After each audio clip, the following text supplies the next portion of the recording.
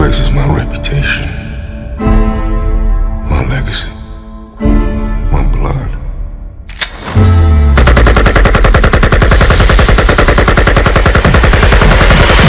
And when the smoke clears, I promise you, I'm gonna be the king.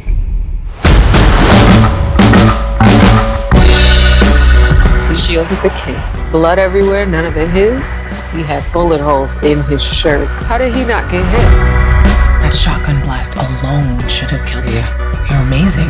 I don't want to be different than anybody else. People need you. Cops can only do so much.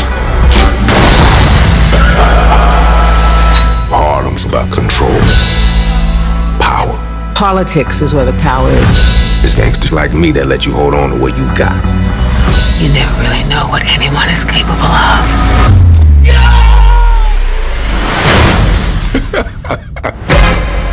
There is nothing that can hurt you. So what the hell are you afraid of? I made you up. You a slave to a page in my rhyme book. Getting big money, playboy, your time's up. Where them gangsters? I'm gonna take his rooks, Got that. his knights, his queen. Y'all got hit last night. Took damn near every penny I got. You need to take his ass out. You find his weakness, and you squeeze.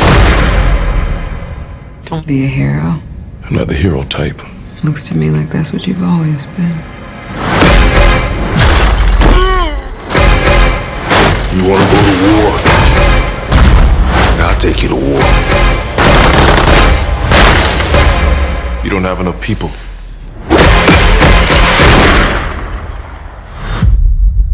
You want some?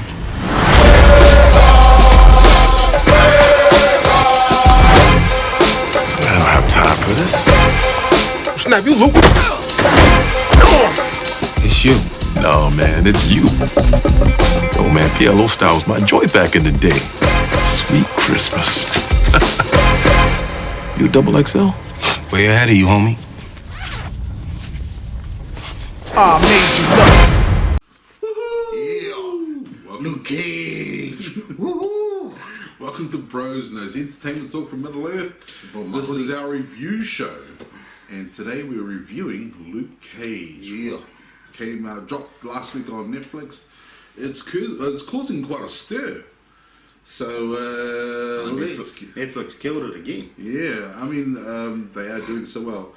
Now let's just talk about the cast there. You've got Mike Coulter, who plays Luke Cage. Mm-hmm. He was in Jessica Jones. You saw a little bit of him at the beginning, and then he sort of disappeared later on. But the way Netflix have started to bring all that series together, you had Daredevil, Daredevil 2, which you really, really liked better than the first. I thought it was good. I thought it was good, but maybe not as good as the second one. Oh yeah, I think most people think of that. I really liked how they introduced the Punisher. I really liked Elektra in that. She was good. Yeah. Both of those were fantastic performances. So, and then Jessica Jones came along, and now you've got Luke Cage, standalone movie, standalone series. Sorry. And yeah, it's just some fantastic performances. You get to see a little bit of his origin story, a bit part into the series, about episode 2, 3, 3, 4 maybe, and yeah, it's a tip of the hat to his 1970s origin comic book. Yeah, in the origin bit, yeah, absolutely, really good. So there's some funny moments in there. Keep on talking about the cast here. You've got Mahershala Ali. He plays Cornell Cottonmouth Stokes. You might know him as Remy Denton in House of Cards. Mm-hmm. You haven't watched House of Cards yet? No, I haven't. I hear big reviews, great things about it. And I'll have to get around to watch it definitely. It's a really good series, but we won't talk too much about it. As good as Remy Denton is probably as bad as Cornell Cottonmouth Stokes is. Totally different characters, but he pulls off this new character, the antagonist for most of the movie series, with style. Real style. Yeah, he is the antagonist. Yeah, sure, I get what you mean. he doesn't turn out to be like the big bad guy of the thing. But the great thing about these Netflix series, and because they drop it all at once, is you get to develop the bad guy and really understand who this person is. I mean, he's at the start he's just this thug, gangster kind of guy, but when the more you get to understand him, is like, this is the fellow who really didn't want to be there. He had other ideas about what he wanted to be, and he sort of had to follow this path because of different reasons. Yeah. So it gives the characters a lot of nuance and more life, I guess. And on the opposite end of that scale is the fantastic Alfred Woodard. Yeah. Now she, like you said, he seems like this thug, goes through all the crime, and then he actually wanted to be just a musician. Yeah. But her, she went the legit route, but in the end, she ends up being the monster out of those two. Well, that's what they are. I mean, they're sort of reflections of each other. He's probably on the inside was didn't want that life, whereas she tried to be the good counselor, but she was just an evil bitch. Actually, she was pretty bad. Yeah. So you've got Rosario Dawson. Yeah. She returns as Claire Temple. Now she's the glue that brings together all these Marvel Netflix stories. Absolutely. And of course, she's going to be integral to the part, probably in Iron Fist, and then the Defenders series, which should be coming out sometime. Well, I think definitely for the Defenders, she's the one that knows all of them well, so she'll be that sort of element that brings them all together, I'm sure. Exactly. So she has a pretty decent part in this as well. Yeah. And it's more, not roll on the floor laughing bits, but there's some chuckles in there, especially if some you, great winks. Yeah, if you like coffee, then you'll know what that's all about. So the fantastic cast goes on and on, but also because Black Culture, of course, is produced some great music. This whole series is grounded by its music. Usually each episode starts with a song.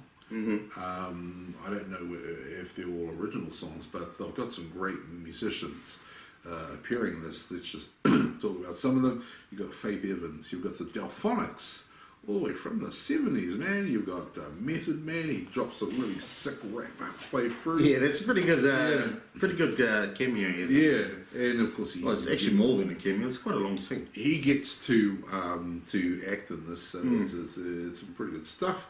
You've got Sway Calloway, you've got Dapper Dan, Fat Five Freddy. I don't know some of these acts, but they certainly sound cool, and that is what this series oozes. So much cool. Yeah, I mean, it's set in Harlem. It's quite fitting that it has all these elements to it, and that's sort of that MacGuffin that is the thing that drives Luke Cage to become the hero. It's about pride in his culture, pride in who he is, pride in where they are, and the history that this place holds, and what it means to African Americans. What it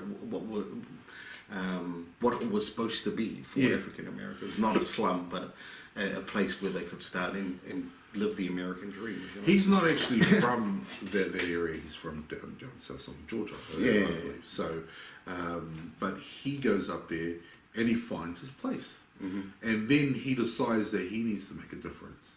Now, if you saw him in Jessica Jones, he just wanted to be a barman. At the beginning of this, he just wants to be the guy that sweeps the floor. Just wants to be the guy that washes the dishes.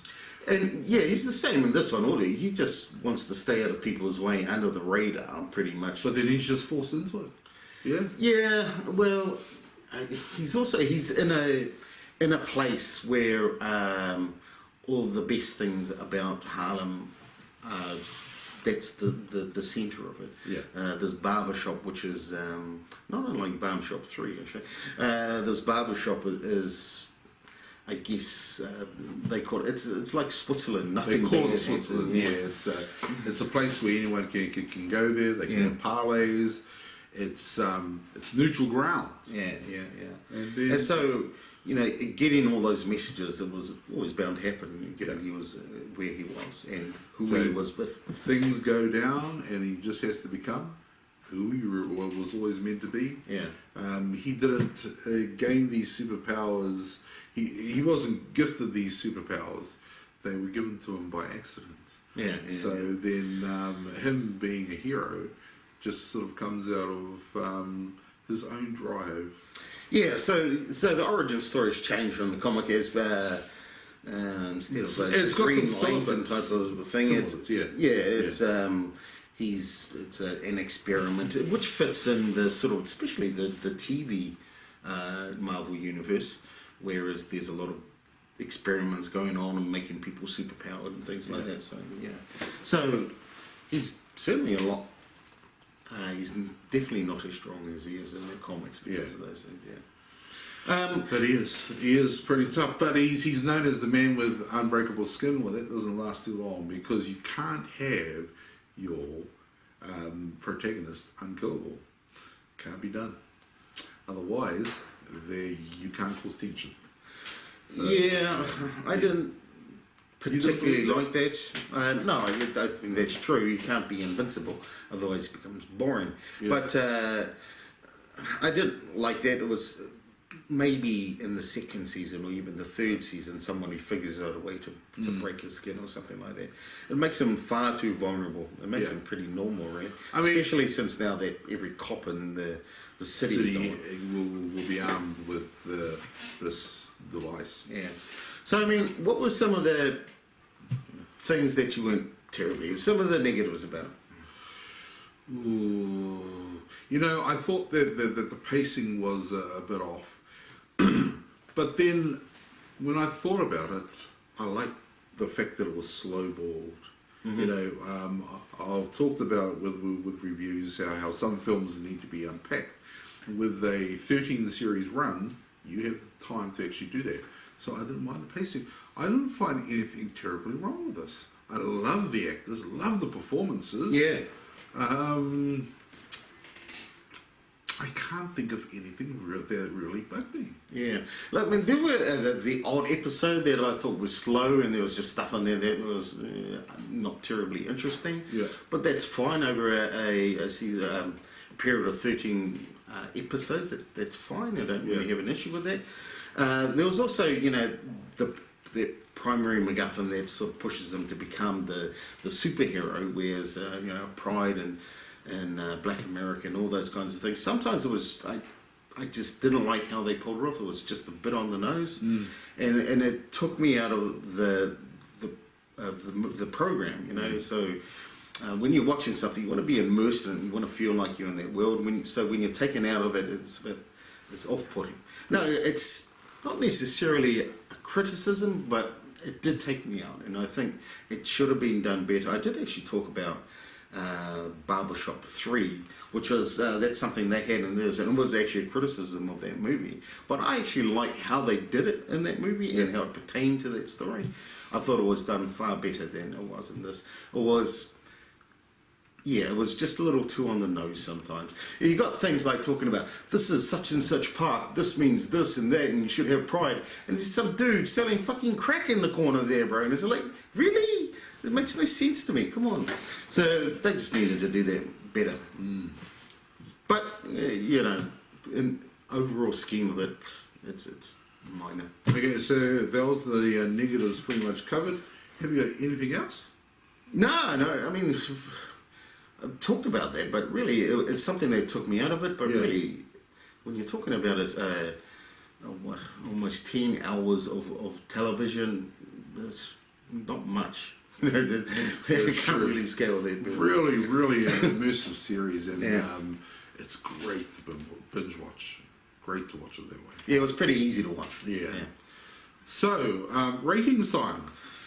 Yeah, I think I gave, from memory, Daredevil around about 8 to 8.5.